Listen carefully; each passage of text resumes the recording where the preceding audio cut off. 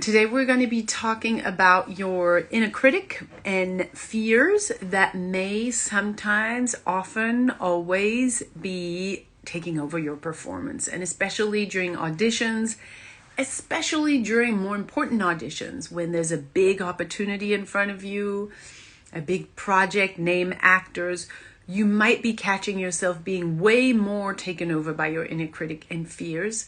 And it's very frustrating, right? Because you're probably passionate about the project, you're probably well prepared, you have a strong opinion, you're passionate about it, you've done all the work, and then you hear action, and there's a voice inside of you that takes over, that starts judging you, that starts criticizing what you're doing, that takes you out of the character, that starts judging you and in a way practically attacking you.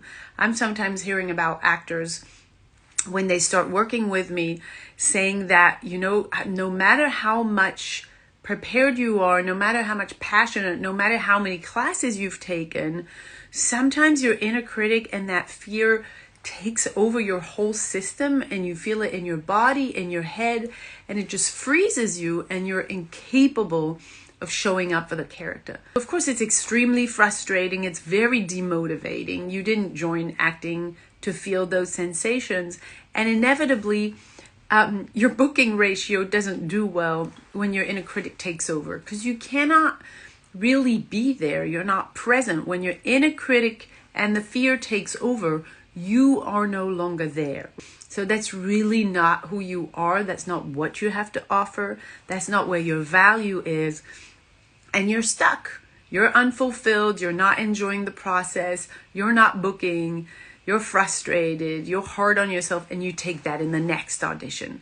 And no matter how many classes you do, somehow that inner critic keeps showing up. The fear keeps showing up. You freeze, you shrink, and you're not able to be yourself, so you're not able to deliver what the character needs. So very annoying.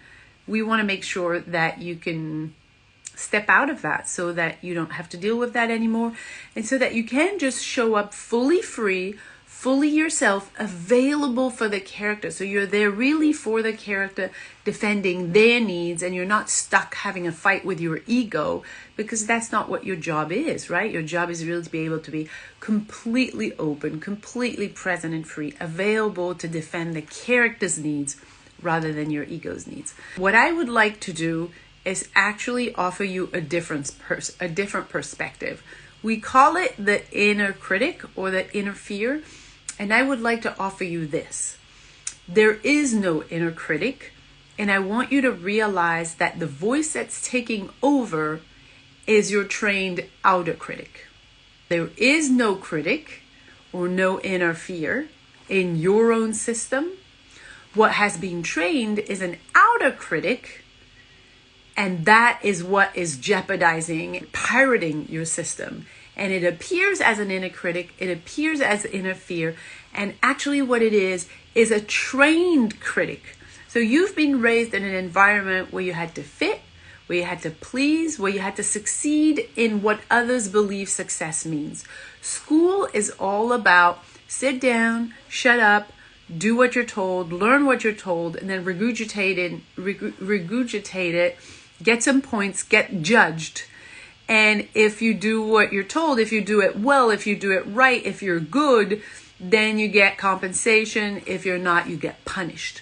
So because you've been wired in that system since the beginning, because you've been encouraged even by your parents to behave in the way that they thought was good and right, to not feel your emotions, to not be who you are, to not follow your instinct and impulses. And then at school, that goes even further in the wiring. Your engine is a critic. So every step you take in your acting, and I want to spread that to your life, has to do with making sure that you are fitting, that you're being good, that you're being right, that you're pleasing other people, and that you're being successful. And that has nothing to do with something that goes inside. That has to do with you having been wired to put your attention and energy on what other people expect of you. And when you do that, you being an artist flies out the window. Art is not about doing things that will please other people. Art is the exact opposite. Art is about tuning into your true, authentic, free self and being able to surrender to that, no matter what that is, no matter what that looks like. It has to be you, and therefore it's unique, and therefore it's attractive, and therefore people want more of it. But if you're putting your energy tuning into what you're used to the critic usually is saying, you're catering your performance to something outside. And so because you've been trained to do that, well, that voice is now in. And it's telling you, be careful for that. Don't make mistakes. You're not loud enough. You're not this enough. Your rhythm, the character. No, you should have done another choice for your character.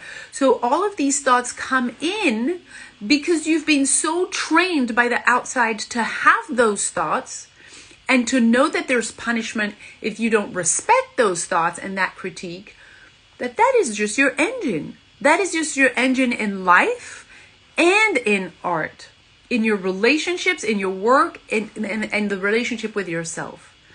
So the opportunity is here to realize that this is not your fault. This is not your inner voice or your inner fear. It has nothing to do with you.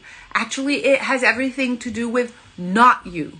If you were connected to yourself, plugged into yourself, and not to the outside world, you wouldn't have that voice because you would just be enjoying the perfume of your being. You would just be enjoying your impulses, your instinct, your opinion, your emotions, and there would be no intrusion of what other people could want, need, or expect of you. There would be no intrusion of what's right or wrong or good or bad. There would just be you, fully alive, a human, an artist with a unique perspective on material that is given to you to defend. I want to make sure that when you are being damaged and pirated by that voice, that you're not looking for more outside solutions to deal with that inner critic and fear. It is not by learning more acting, by going to more mentors, by going to that next acting class or script analysis or whatever. It's not by improving yourself.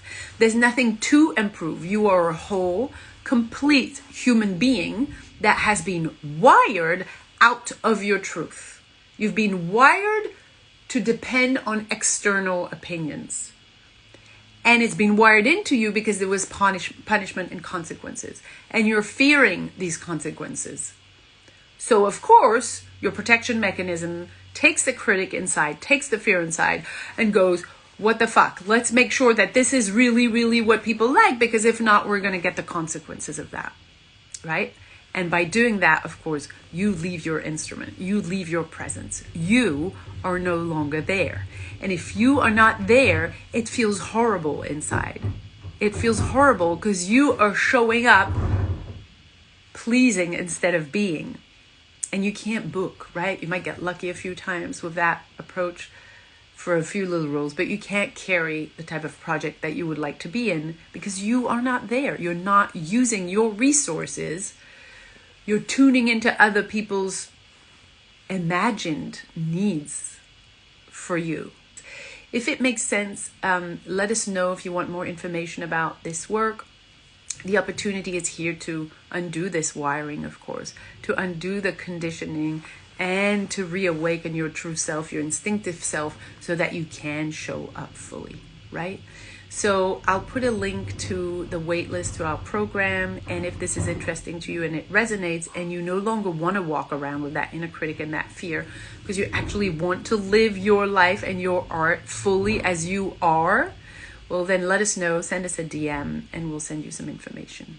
Thank you guys. Bye.